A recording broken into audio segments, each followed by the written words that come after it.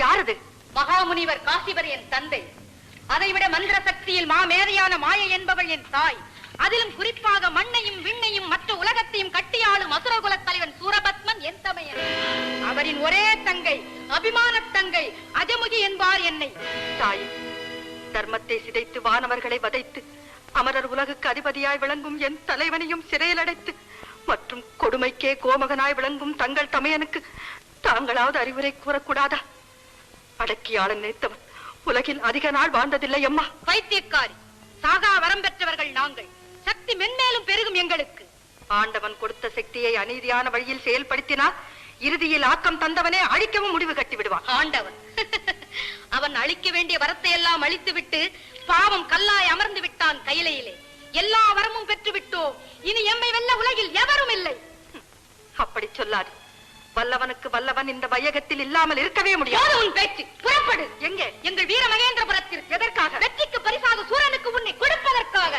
ஆண்டவா, இது என்ன சோதனை? சீக்கிரம் புறப்படு. பிடிக்கையை விடமாட்டேன். பெண் என்பதற்காக பெரும் அமைதியுடன் கூறுகிறேன். விட்டுவிடு இந்திராணியை. என்னை எதிர்த்து பேசும் அளவுக்கு நெஞ்சிலே உரம் பெற்ற யார் நீ?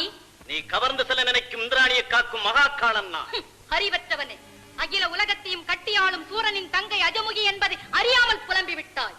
பரவாயில்லை, மன்னித்தோம். போய்விடு. மதியற்றவளை, நீ சூரனின் தங்கையாயிருந்தால் என்ன, வீராதி வீரனின் தங்கையானால் என்ன? தவறான வழியில் நடந்தால் தக்க தண்டனை கொடுத்தே தீருவேன். பைத்தியக்காரா, உன்னால் என்ன என்ன செய்ய முடியும்? உன் 7 ஜென்மங்களுக்கும் அடுத்தவன் மனைவியை கைதொடாமல் இருக்கும்படி என்னால் செய்ய முடியும். அடையா, என் கால்பட்ட தூசியை கூட உன்னால் தொட்டுவிட முடியாது. தைரியம் இருந்தால் தொட்டுப்பார் இந்திராணியின் கையை. தொட்டால் தொட்ட கை துண்டிக்கப்படும். எங்கே பார்க்கலாம்? உலகெங்கும் உயர்வு பெற்று ஓங்கி நிற்பது இந்த சூரபத்மனின் கை. அதே சமயம் ஒரு அற்பனால் துண்டிக்கப்பட்டிருப்பது உடன் பிறந்தவனின் கை. திக்கட்டும் ஜெயித்தென்ன, தேவர்களை அடக்கி என்ன, ஈசனிடம் வரங்கள் பெற்றென்ன, பாசமுள்ள தங்கையின் கை போய்விட்டதே. தம்பி தாரகா, புறப்படு. பொங்கி வரும் மனவேகம் அடங்குவதற்குள் தங்கையின் கரத்தை அறுத்த பேடியவனோ அவன் சிரத்தை அறுத்து என் காலடியில் கொண்டு வந்து சேர்த்து விடு. அண்ணா, அன்பு தங்கையின் கரம் துண்டித்த கயவரின் கடைபட்ட தோள்களை அறுத்து அங்கு கள்ளன ஊரும் ரத்தம் குடித்து நடைபெறும் காண்பீர் உலகீர். தடையாக எமக்கு எவர் நின்றாலும் அவர்களுக்கு அசுர குலத்தவர் தரும் பரிசு இதுவென்று பாடம் கற்பித்து வருகிறேன். ஆணையிடுங்கள். அப்பா, அத்தை ஒருவர் சிந்திய ரத்தத்திற்கு அமரர் உலகத்தில் உள்ள அனைவர் உதிரமும் நம் உடைவாளில் படிய வேண்டும். நம் குலம் துடித்தது போல் வானவர் குலமே துளி துடித்து புலம்ப வேண்டும். அனைவரும் அவசரப்பட்டு ஆற்றப்படுவது மதியினம். ஆராய்ந்து பார்ப்பதே நற்குணம். சிங்கமுகா, உனக்கே என்ன விளக்கம் சொல்லுகிறாய்? சகோதர, நம் தங்கை என்ற பாசத்திற்குள்ளே கட்டுப்பட்டு விட்டால் எதிரி செய்தது தவறென்றுதான் படுகிறது. ஆனால் தர்மம் என்ற வீட்டிற்குள்ளே நின்று பார்த்து ஆராய்ந்தால் தங்கைக்கு அளித்த தண்டனை சரியென்றே தெரிகிறது. இல்லை இல்லை, அண்ணன் சிங்கமுகன் சொல்வதை நான் ஆட்சேபிக்கிறேன். பாசத்திற்கு முக்கியத்துவம் தேவையில்லை. பலப்பரீட்சை செய்து பார்க்கிறான் பகைவன். அதற்கு நாம் பணிந்துவிடக் கூடாது. மாற்றான் அஜமுகியின் கையை மட்டும் வெட்டவில்லை, அசுரர் குலத்தின் மானத்தை, மரபை, மரத்தை, வீரத்தை வெட்டி இருக்கிறான். இதற்கு மறுப்பு தேவையில்லை. வாளெடுத்து பகை முடித்து வானவரை சிறைபிடித்தும் வலிமையில் குன்றினார் இல்லை. வணங்குவதெல்லாம் அவர்கள் காட்டும் நடிப்பு. வஞ்சம் தீர்க்கிறார்கள் மறைந்திருந்து. வழிவிட்டு விடாதீர்கள். அதற்கு சூரன் மரபிலே வந்த உரிமையோடு சொல்லுகிறேன், சூளுரைத்து புறப்படுங்கள். இன்று தங்கைக்கு, நாளை தமையனுக்கு. ஆகவே தயக்கம் தேவையில்லை. துண்டித்தவனை தண்டித்தே ஆக வேண்டும். அத்தையே, தவறு செய்தது யார்? குற்றம் எவர் பேரு? சித்தப்பாவுக்கு சற்று விவரமாக சபையறிய விளக்கம் கூறுங்கள். தேவையில்லை. விளக்கமோ வினாவோ விடையோ இனி அவசியம் இல்லை. தங்கை தவறே செய்திருந்தால் தண்டிக்க அவனுக்கு என்ன உரிமை? எம்மிடம் முறையிட வேண்டியது அவனின் கடமை. இதை விடுத்து ஒரு பெண்ணின் கையை ஆடவன் துண்டிக்கலாமா? மாற்றான் மனைவியை அபகரிக்க நமது தங்கை மட்டும் எண்ணலாமா? பைத்தியக்காரா, சிந்திக்காமல் புலம்பாதே. சிறையெடுப்பது ராஜதந்திரங்களில் ஒன்றல்லவா? அது வீரனுக்கு ஆண்மகன் செய்கை அல்லவா? போதும் உன் கருத்து. என்ன உன் முடிவு? பலம் பெற்ற பல ஆயுதங்களை வரம் பெற்று வாங்கி இருக்கிறோம். அதை பலாத்காரத்தில் ஈடுபடுத்தினால் கூர்மை மழுங்கிவிடும் என்று எச்சரிக்கிறேன். எச்சரிக்கை விடுக்கும் சித்தப்பா, நமக்கென்று சொந்தமான இடத்தில் இந்திராணி ஒளிந்து கொண்டிருக்கலாமா? இடம் மகனே, எல்லைக்கோடு வகுத்தது யார்? இடத்தை சாசனம் செய்தது எப்போது? அவசியமில்லை. அசுரர் காலடிப்பட்ட இடமெல்லாம் அவர்களுக்கு சொந்தமான இடமே. அப்படி சொல்லுங்கள் அண்ணா.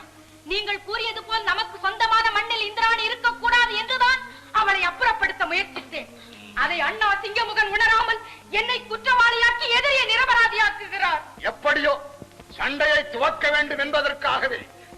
தர்மபுத்திரி இப்பொழுது இடப்பிரச்சனையை ஸ்டாக்காக வைக்கிறாள். ஆம், நமக்கு காரணம் தானே தேவை. காரியத்தில் ஈடுபட்டால் வெற்றியும் கிடைக்க வேண்டும் அல்லவா? வெற்றி அது நம் பரம்பரை சொத்து. அத்தை செய்தது தவறாகவே இருந்தாலும் அவர்கள் கையை வெட்டியது குற்றமே. அக்குற்றம் புரிந்தவர்களை பழிக்கு பழி தீர்ப்பது நம் கடமையே.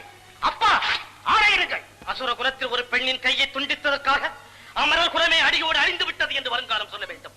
அப்பா, ஆணையிடுங்கள்.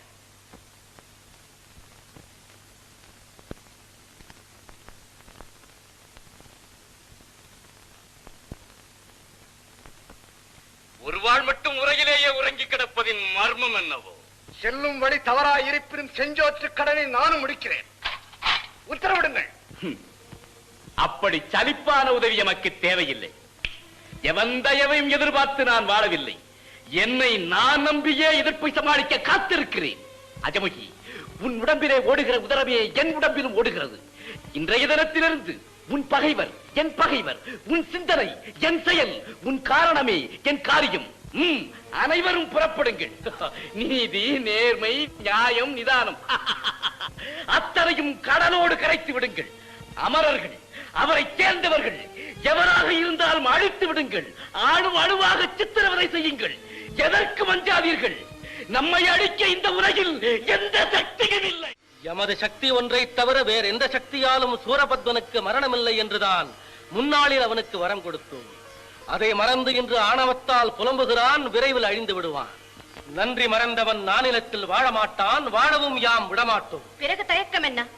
அடாத செயல்களை செய்து வரும் அசுரர் தலைவனையும் அவனது கூட்டத்தினரையும் அழித்து அமரர்களை விரைவில் காக்க வேண்டியதுதானே? உமா, அசுரர்கள் விரைவனில் அழிந்திடுவர். ஆனால் சூரபத்மன் அவர்களை கொடுமைப்படுத்தாமல் இருந்தாலும் கூட அமரர்கள் சில காலம் இன்னல்களை அனுபவித்து தீர வேண்டும் என்பதுதான் விதி. அந்த விதியை தங்களால் மாற்ற முடியாதா? எப்படி மாற்ற முடியும்?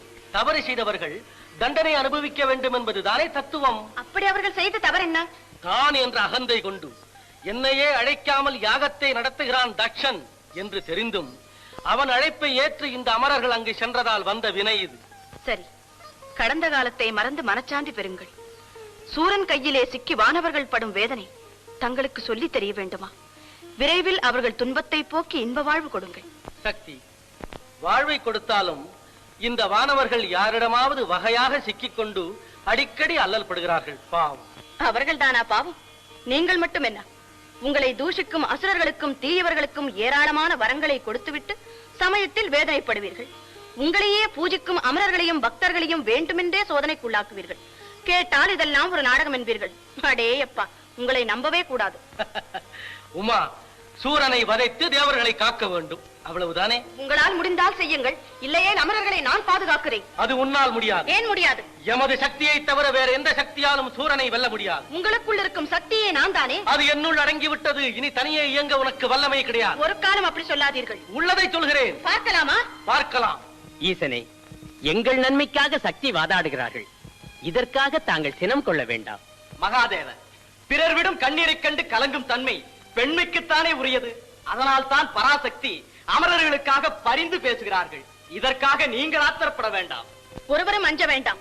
எங்களுக்குள் சண்டை என்று ஒன்று நடந்தால்தான் சகலருக்கும் வழி பிறக்கும். உமா, சாந்தமடை. வேடிக்கையாக சிறிது நேரம் விளையாடினேன். போதும் உங்கள் விளையாட்டு. வேதனைப்படும் வானவர்களுக்கு வாழ்வு கொடுங்கள். இனி சூரனை பற்றி சிந்தித்து யாரும் கவலைப்பட வேண்டாம். இன்றே அதற்கு வழி செய்கிறேன். என்னிடம் பெற்ற வரத்தை கொண்டு என்னை சேர்ந்தவர்களையே கொடுமைப்படுத்தும் அசுரனை அழித்து விடுகிறேன். அஞ்சாதீர்கள். இதோ சத்யோஜாதம், தத்புருஷம், வாமதேவம், ஈசானம், அகோரம், திருவதனம் என்ற எனது 6 முகங்களை கொண்டு எனது சக்தியெல்லாம் ஒன்று திரட்டி ஒரு குமரனை உண்டாக்கி அவனை கொண்டு சூரனை சம்ஹாரம் செய்கிறேன்.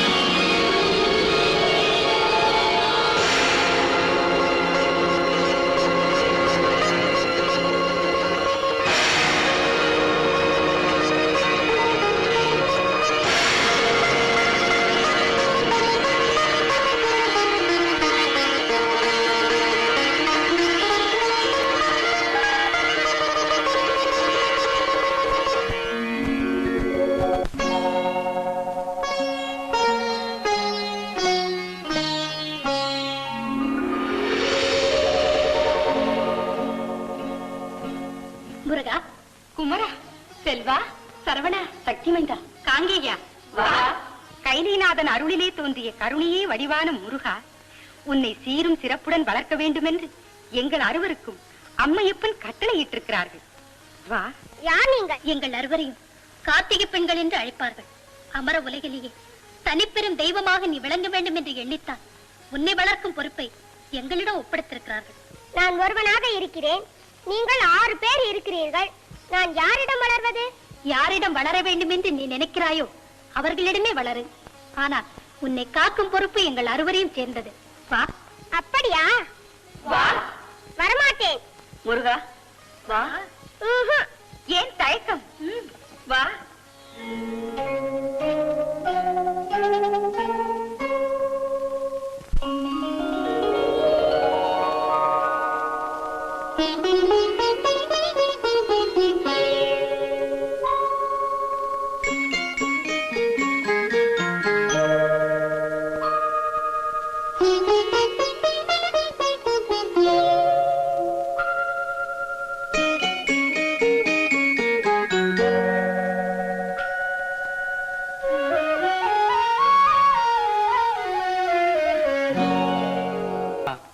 குமரன் வளரும் கோலம் கண்டாயா? உலகத்தவருக்கெல்லாம் வருங்காலத்தில் பெரும் பெரும் தத்துவங்களை எடுத்து உபதேசிக்க போகிறவன் இன்று பிள்ளை விளையாட்டு விளையாடி வேடிக்கை காட்டும் காட்சியை பார்த்தாயா? முத்தமிழுக்கும் தலைவனாகி, உலகுக்கும் இறைவனாகி, 3 சக்திகளுக்கும் உரியவனாகி பெரும் பெயர் முருகன் என்று புகழ் பெறப் போகிறான். சக்தி, அறுவராகி ஆடி ஓடி வேடிக்கை காட்டும் பிள்ளைகளை நீ அழைத்து ஒன்று சேர்த்து நல்லாசி கூறு.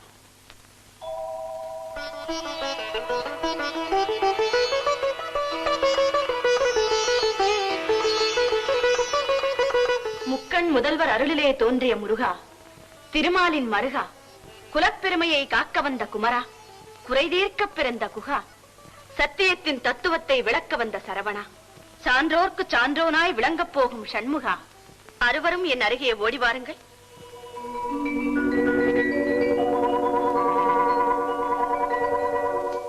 கந்தா,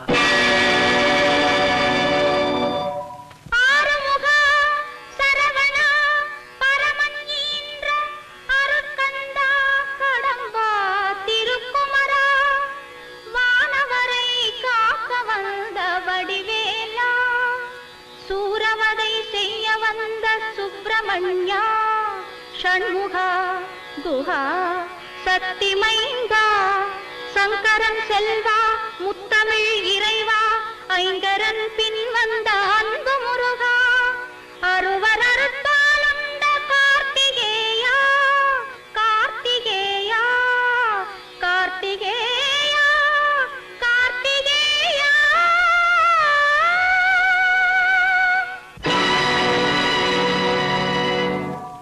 பிரிந்த குழந்தைகளை ஒன்று சேர்க்கும் பெருமை தாய்மைக்கே உரியது என்ற தத்துவத்தை பராசக்தி நிரூபித்து காட்டிவிட்டார். முருகா, 6 உருவமும் சக்தியால் ஓருருவமானதால் இன்று முதல் எல்லோரும் உன்னை கந்தன் என்று அழைக்கட்டும். கந்தன் கருணை உலகெங்கும் பரவட்டும். அறுவரை ஒருவனாக்கிய அன்னையே, அடியனை தோற்றுவித்த ஆதி அந்தமில்லா தந்தையே, அருள் கூர்ந்து நல்லாசி கூறுங்கள். அருட்பால் ஊட்டி என்னை வளர்த்த கார்த்திகை பெண்கள் அறுவருக்கும் என் நன்றி. தந்தையே, அவர்களுக்கு நல்லாசி கூறுங்கள். இதுவே எனது வேண்டுகோள். கார்த்திகை பெண்களே, கந்தனின் காவியத்திலே நீங்கள் நிரந்தரமாக இடம் பெறுவீர்கள். அவனை வளர்த்த பெருமைக்காக நீங்கள் அனைவரும் கார்த்திகை நட்சத்திரங்களாக மாறி மங்காத பிரகாசத்துடன் சுடர்விட்டு ஒளி வீசி வானுலகில் இடம்பெற்று என்றும் குறைவில்லா புகழுடன் திகழுங்கள். கார்த்திகை பெண்களாகிய நீங்கள் கந்தனை சிறப்போடு வளர்த்ததால் இன்று முதல் அவனுக்கு கார்த்திகேயன் என்ற ஒரு சிறப்பு பெயரும் விளங்கட்டும். முருகனுக்கு விழா கொண்டாடுவதற்கு முன் பக்தர்கள் உங்களுக்கு விழா எடுத்து கொண்டாடுவார்கள். கந்தனை வணங்கி பெரும் நல்லருள் உங்களை வணங்குபவர்களுக்கும் கிடைக்கட்டும். ஒன்று சேர்ந்து வானுலகில் என்றும் ஜோதிமயமாய் நிலவுங்கள். எமது பூரண ஆசிகள்.